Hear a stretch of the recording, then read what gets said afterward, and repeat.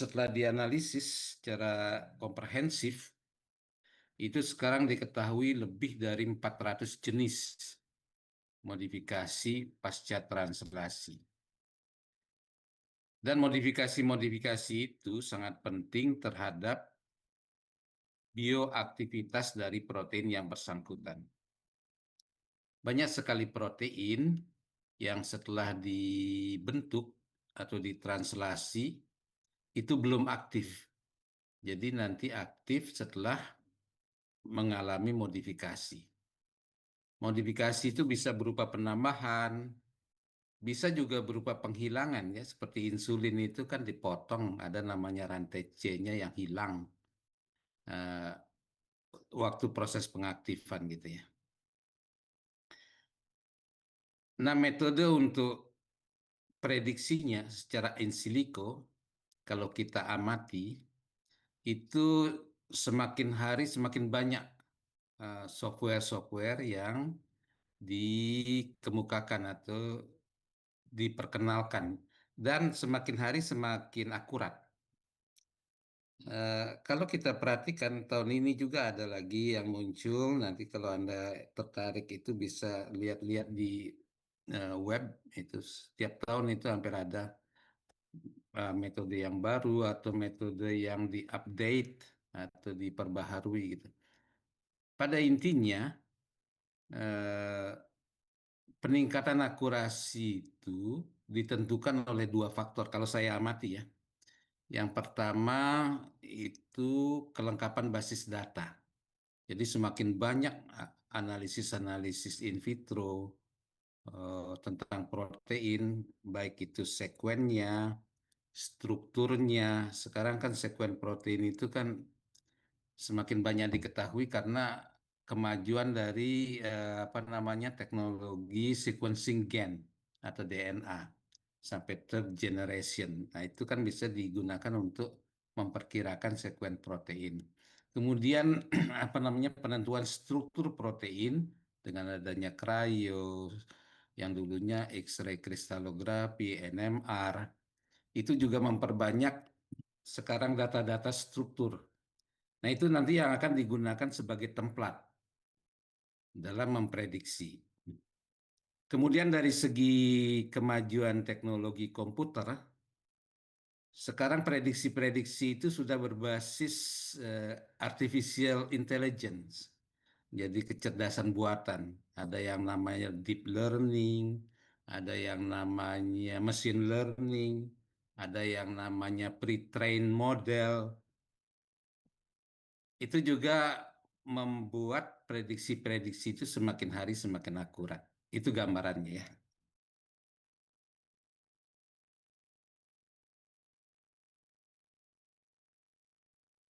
Ntar ini kok nggak bisa maju.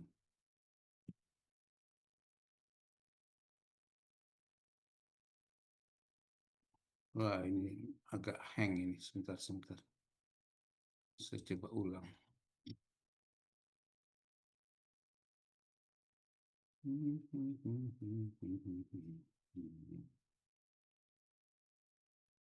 Oh, ini sudah bisa.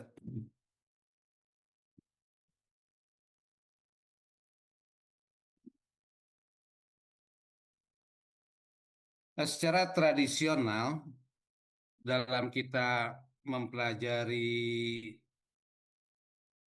pembentukan protein atau sintesis protein atau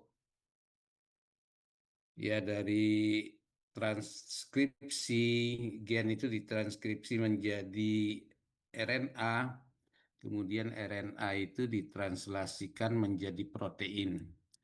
Dulu dikira setelah menjadi protein itu prosesnya sudah selesai, gitu. Tapi kenyataannya tidak. Jadi setelah menjadi protein itu masih ada proses-proses, terutama modifikasi pasca translasi.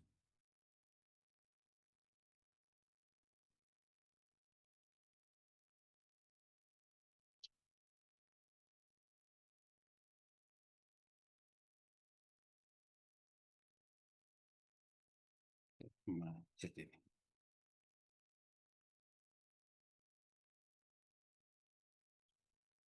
Sementara ini saya nggak tahu ini kenapa ini agak macet.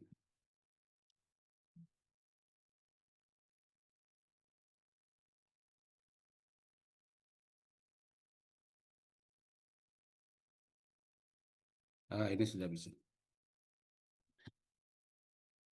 Nah, dengan adanya modifikasi pasca translasi, itu jenis protein yang terbentuk itu jauh lebih banyak dari yang diperkirakan. Karena selain terjadinya keragaman setelah proses transkripsi, jadi di transkripsi itu kalau Anda belajar biokimia, itu ada juga namanya pemrosesan messenger RNA seperti splicing dan sebagainya. Itu juga pola splicingnya itu bisa beragam untuk eh, gen yang sama. Jadi menghasilkan jumlah dari transkrip yang berbeda dari satu gen. Nah, nanti setelah ditranslasi, itu modifikasinya juga nanti beragam. Itu mengakibatkan jumlah protein yang terbentuk atau jenisnya itu jauh lebih banyak dari jumlah gen yang menyandi. Dulu dikiranya kan satu gen menyandi satu protein, satu jenis protein gitu.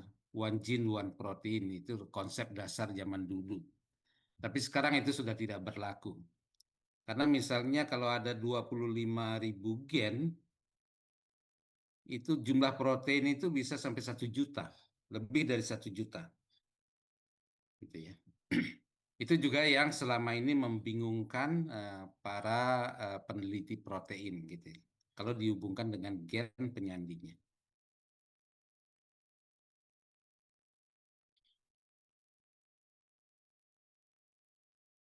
Ini nggak tahu ini kenapa ini.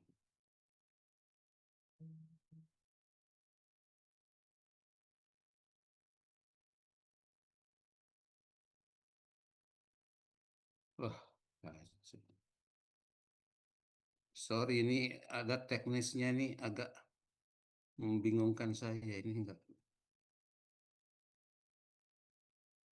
Atau coba saya share yang ini ya.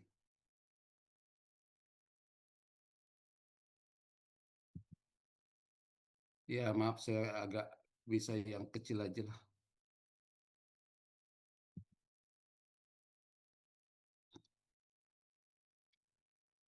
Ya itu yang tadi. Jadi sekarang lebih dari 400 jenis modifikasi yang sudah diketahui dan kemungkinan juga nanti akan bertambah dengan semakin majunya teknologi ya. Nah, protein mengalami modifikasi itu akan berpengaruh terhadap baik aktivitas, stabilitas, lokalisasi. Jadi di dalam sel itu lokasi dari protein itu beragam ya, apalagi sel prokariot. Jadi kalau protein itu kan dibentuknya, kalau sel prokariot itu kan dibentuknya di sitosol. Nah, nanti sel prokariot itu memiliki banyak organel. Ada yang namanya lisosom, ada namanya mitokondria, ada namanya retikulum endoplasma. Apalagi kalau sel tanaman itu ada namanya kloroplas, ada namanya inti sel, nukleus, glioksisom, dan sebagainya. Nah, itu kemana protein itu akan diarahkan, tempat dia berfungsi, itu namanya lokalisasi. Dan itu juga sekarang sudah bisa diprediksi, dan prediksinya semakin akurat nih.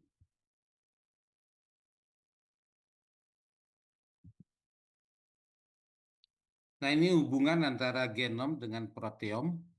Jadi dulunya diperkirakan bahwa satu gen itu akan menyandi satu protein, tapi kenyataannya sekarang jumlah protein atau jenis protein itu jauh lebih banyak dari jumlah gen.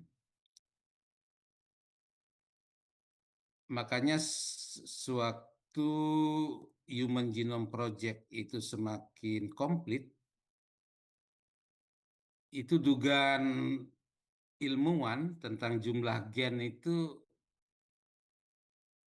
jauh menyimpang ya dari dugaan sebelumnya. Karena sebelumnya diduga berdasarkan jumlah protein yang ada, jadi sempat diduga jumlah gen di manusia itu sampai mencapai 100.000. Tapi setelah diteliti dengan sequencing itu ditemukan diduga sekitar 40.000, kemudian diduga 25.000. Sekarang semakin teliti itu mungkin sekitar 20 sampai 23.000 saja. Walaupun proteinnya itu sudah lebih dari 1 juta gitu ya. Kenapa itu terjadi? Ya karena pengetahuan tentang modifikasi pasca translasi ini semakin meningkat ya, semakin established. Jadi rupanya jenis protein itu perbedaannya itu banyak disebabkan karena perbedaan dari modifikasi setelah ditranslasi. Nah, ini gambaran yang tadi. Lalu apa pentingnya mempelajari modifikasi pasca translasi? Karena ini akan sangat menentukan fungsi dari protein, termasuk interaksinya nanti dengan protein-protein yang lain. Ini pentingnya modifikasi pasca translasi ini terkait dengan ekspresi gen, transduksi sinyal, interaksi antar protein, kemudian interaksi protein dengan molekul lain di dalam sel, metabolisme dari protein itu, kemudian pendaur ulangan protein, lokalisasi. Protein-protein itu juga terlibat dalam proses reparasi DNA. Kita tahu kalau DNA-nya rusak itu perlu diperbaiki. Kalau tidak ya bisa kanker dan sebagainya. Interaksi antar sel juga diperantarai oleh protein, kemudian komunikasi, translokasi protein dan sebagainya. Nah, ini jenis-jenis modifikasi pasca translasi yang akan kita bahas. Dari sekitar 400 itu tidak mungkin kita bahas semua. Jadi kita akan bahas yang umum. Ada fosforilasi, glikosilasi, ubiquitinasi. Ini biasanya protein-protein yang sudah akan didegradasi itu akan ditempeli dengan ubiquitin. Kemudian sumoilasi, pyrrolidone carboxylic acid formation. Jadi ada asam-asam amino tertentu membentuk siklik. Nah, itu rupanya jalan sebagai perlindungan luar suatu protein ya, supaya dia lebih tahan. Asetilasi, metilasi, lipidasi, lipid artinya penambahan lipid ya.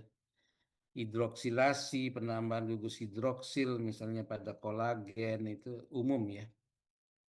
Kalau asetilasi itu pada gen, pada genom. Jadi kapan genom itu merenggang untuk bisa ditranskripsi, kapan dia dipaket secara ketat, nah itu juga tergantung pada proses-proses modifikasinya ya.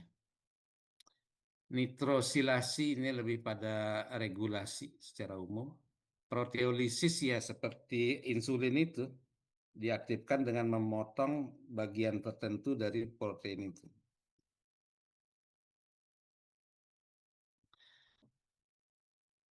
Kalau dilihat dari frekuensinya, ini yang paling banyak fosforilasi, asetilasi, ubiquitinasi, dan sebagainya.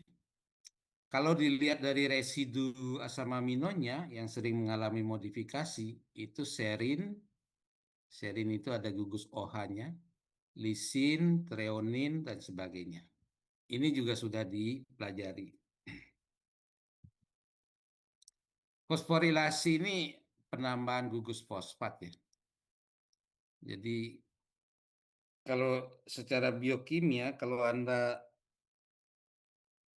menemukan enzim yang di belakangnya ada kinase gitu, itu fungsinya untuk menambahkan gugus fosfat ya. Biasanya protein-protein tertentu baru aktif setelah mengalami fosforilasi. Lalu dari mana fosfatnya? Nah, fosfatnya itu biasanya diambil dari ATP. ATP ke sumber energi. Jadi seakan-akan diaktifkan oleh sumber energi ATP-nya diambil, fosfatnya diambil, ditempelkan pada protein, proteinnya menjadi aktif. Ya, gitulah kasarnya ya. Nah ini, jadi ada penambahan gugus fosfat itu namanya fosforilasi.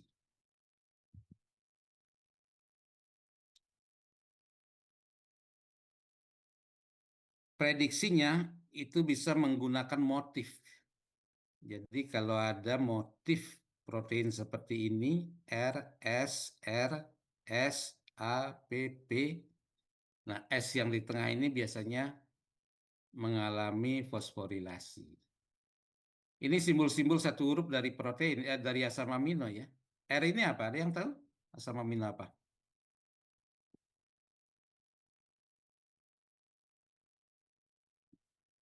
S, ada yang tahu? Tidak ada yang tahu ya. S2 biokimia atau enggak biokimia. Jadi R itu arginin ya. S itu ya serin, A itu alanin gitu. Nanti Anda belajar lagi.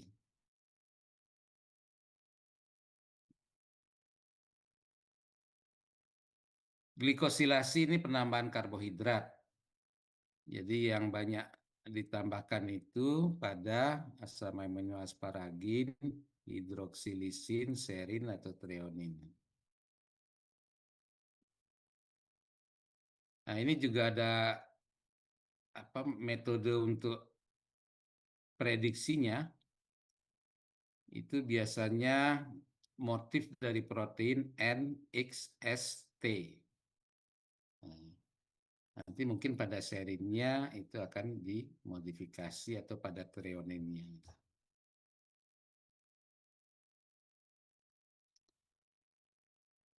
Ini yang sering ada di textbook biokimia. Jadi jenis-jenis glikan atau karbohidrat yang ditambahkan itu ada fukosa, N-astetil galaktosamin, N-astetil glukosamin, N-astetil neuramic acid dan sebagainya.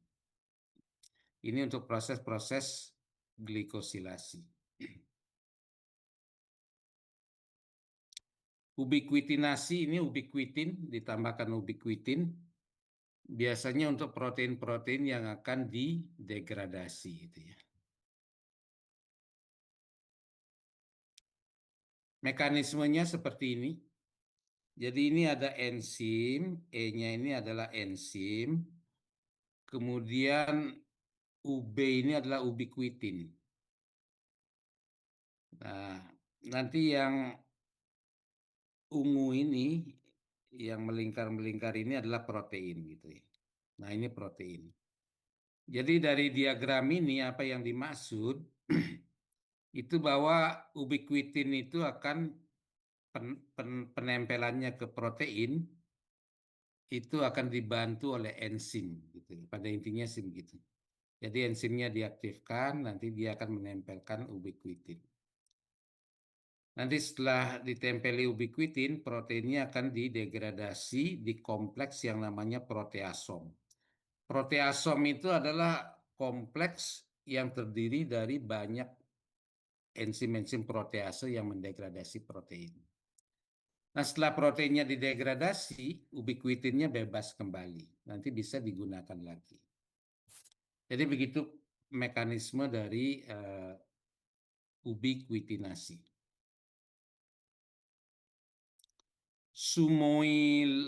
Sumoylation, itu penambahan molekul kecil yang menyerupai ubiquitin. Jadi biasanya ditambahkan pada residu asam amino lisin ya. Kalau lisin itu nanti simbolnya itu huruf K ya, bukan huruf L. Karena huruf L sudah digunakan oleh leusin. Nah itu juga perlu dipelajari dan dihafalkan ya mau tidak mau ya kalau belajar bioinformatika. Jadi simbol satu huruf dari semua asam amino ada 20 asam amino itu sebaiknya dihafalkan ya.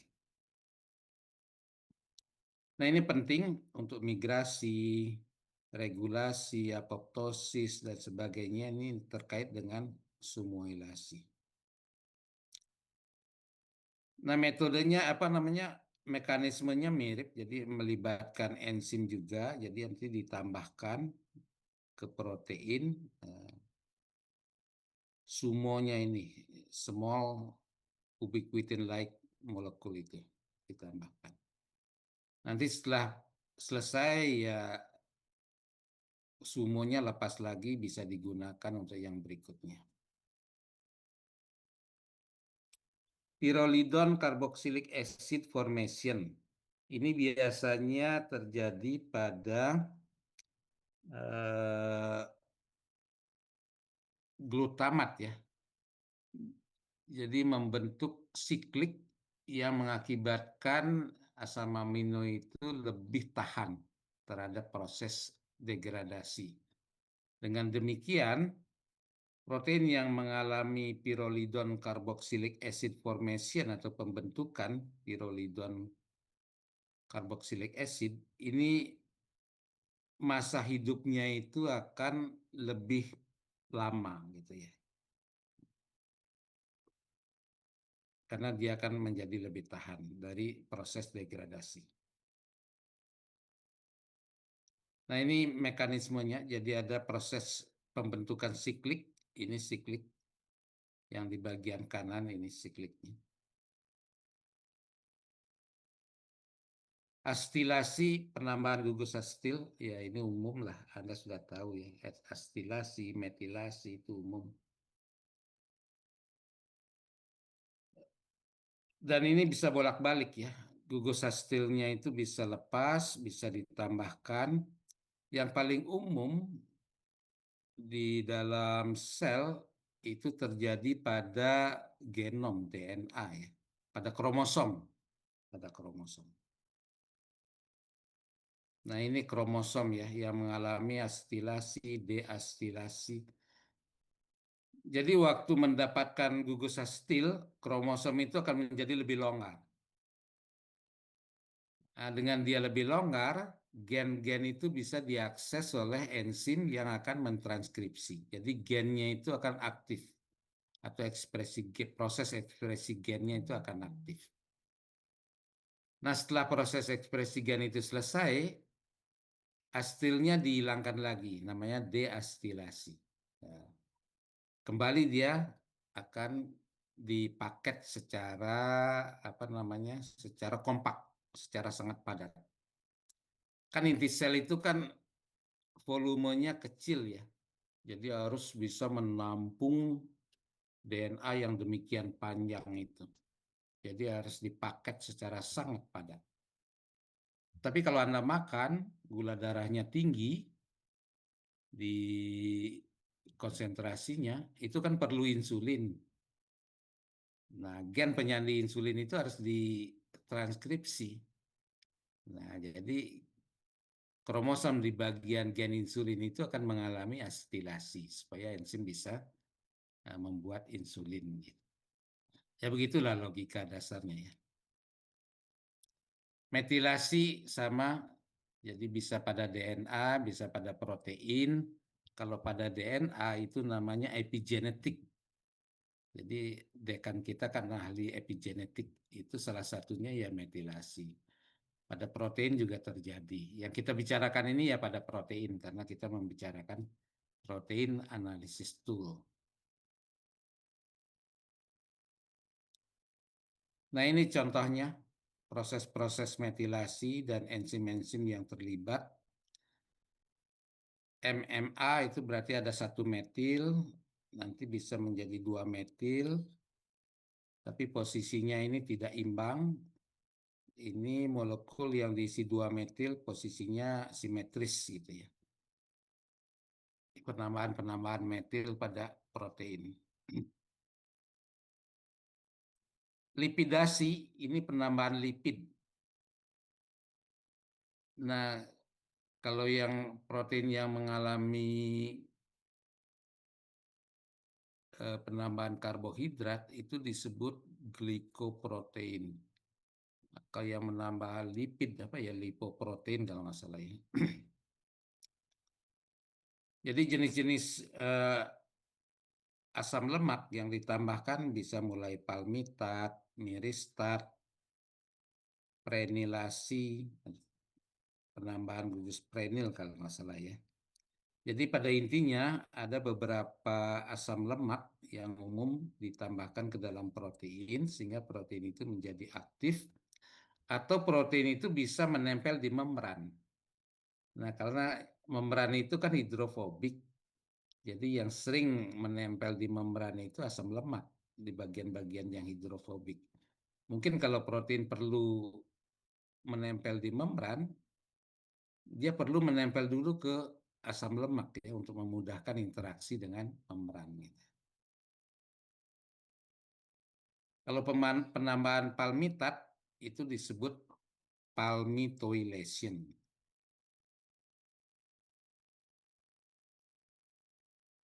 Nah, ini contohnya. Jadi ada enzim yang di membran nanti akan mengkatalisis penambahan dari palmitat sehingga protein ini akan terhubung dengan membran. Ditambahkan pada residu C. C ini singkatan dari cysteine ya. Ya beginilah prosesnya ya. Nanti kalau protein ini sudah harus lepas dari membran, ya palmitatnya dilepaskan lagi. Protein ini kembali bebas. Jadi ada saat-saat tertentu protein itu harus berinteraksi dengan membran dalam menjalankan fungsinya.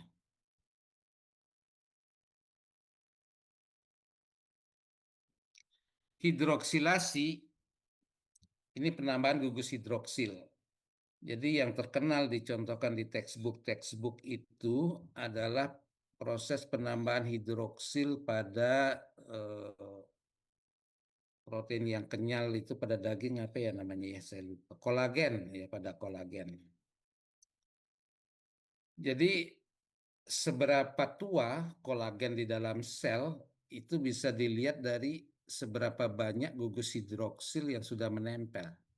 Jadi awalnya kan kolagen dibentuk ya namanya juga protein ya, bebas dari modifikasi. Nah, semakin lama dia akan semakin banyak mendapatkan penambahan gugus hidroksil gitu. Nah, seperti ini. Jadi ada penambahan-penambahan gugus hidroksil. Tapi bukan kolagen saja, protein yang lain ya juga. Tapi yang sering dicontohkan kan kolagen. Nitrosilasi ini penambahan nitrat. Jadi dalam metabolisme nitrat itu semacam regulator ya. Jadi dia mempengaruhi banyak sekali proses-proses dalam sel. Sehingga nitrosilasi ini perannya itu sangat sentral. Karena dia bisa mempengaruhi banyak proses yang terkait dengan nitrit, gugus nitrit. Nah, ini ya digambarkan ya. Jadi ada banyak proses fosforilasi juga dipengaruhi, asetilasi. Pokoknya modifikasi-modifikasi yang lain itu banyak dipengaruhi oleh proses nitrisilasi.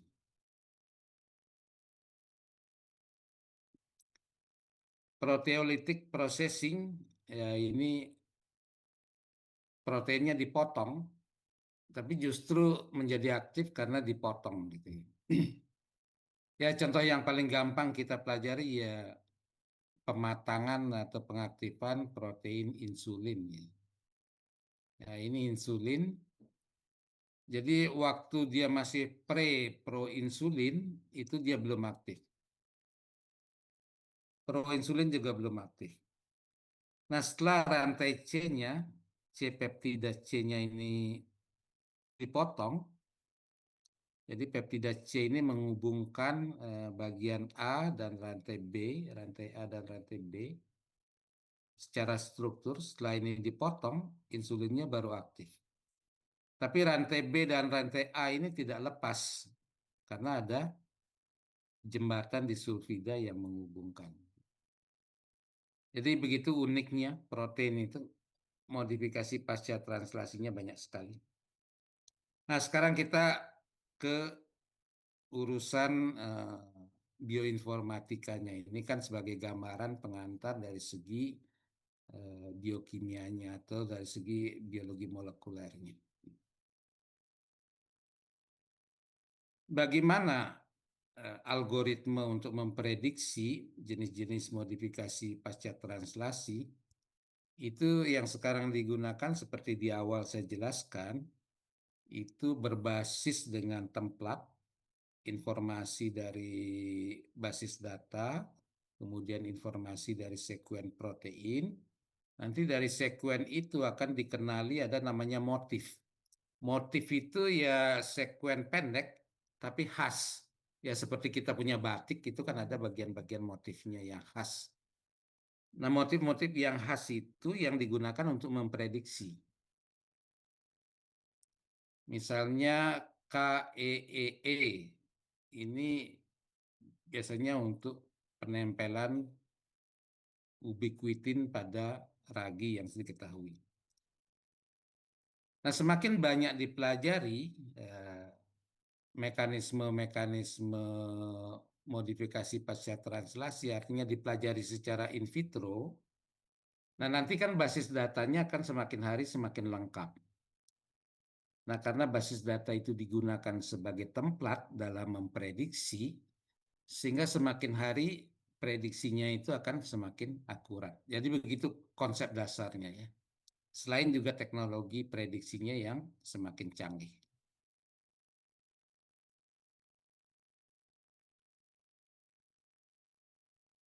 Tool, jadi sarana bioinformatika yang bisa digunakan untuk memprediksi protein itu banyak sekali, mulai dari ELM, ProSite.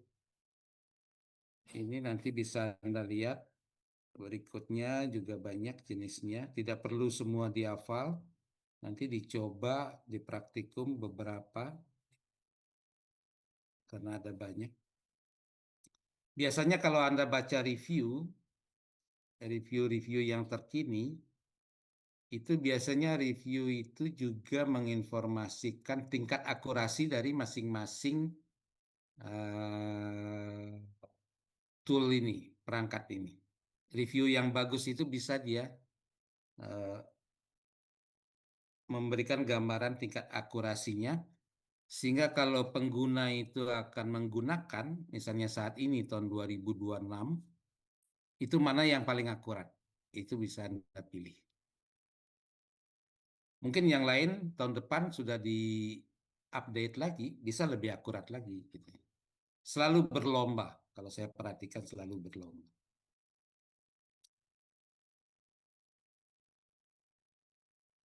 Terus ada banyak.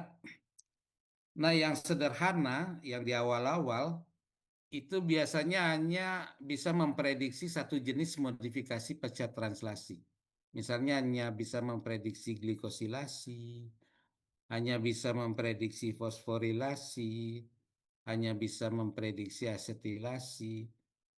Tapi semakin ke sini, toolnya itu sudah semakin canggih. Jadi dia sudah ada tool yang bisa sekaligus memprediksi semuanya. Di bagian mana akan mengalami asetilasi, di bagian mana akan glikosilasi, dan sebagainya.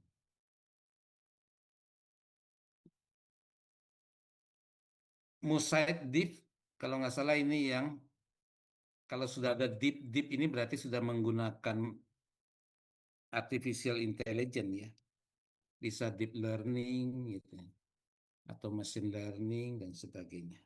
Nanti Anda bisa coba ini ada linknya yang bisa Anda akses. Nah, ini hasil prediksinya. Jadi nanti akan kelihatan di bagian mana prediksinya apa setelah Anda memasukkan sekuen dari protein ke dalam perangkat itu. Dan ini kalau digeser, nanti proteinnya kan panjang ya, yang bisa diperlihatkan dalam suatu Windows tertentu kan hanya beberapa. Tapi nanti itu bisa Anda geser sampai ke ujung kanan, bisa geser sampai ke ujung kiri, dan ini juga ada angka-angka terkait dengan residu keberapa dari protein-protein itu.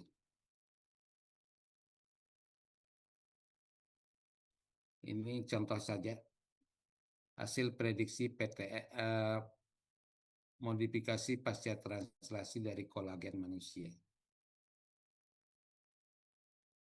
Protein dari SARS ini juga sudah pernah kita prediksi, salah satu proteinnya spike ya. Spike itu adalah protein dari virus corona yang paling sering digunakan sebagai kandidat vaksin. Paling terkenal karena dia paling luar. Dan itu juga paling berperan dalam menentukan infeksi dari virus corona ke dalam sel. Ya, mungkin itu materi kita sudah habis sampai di sini. Nanti materinya akan saya share ya. Yang penting nanti kan yang lebih penting nanti Anda mencoba menggunakan salah satu dari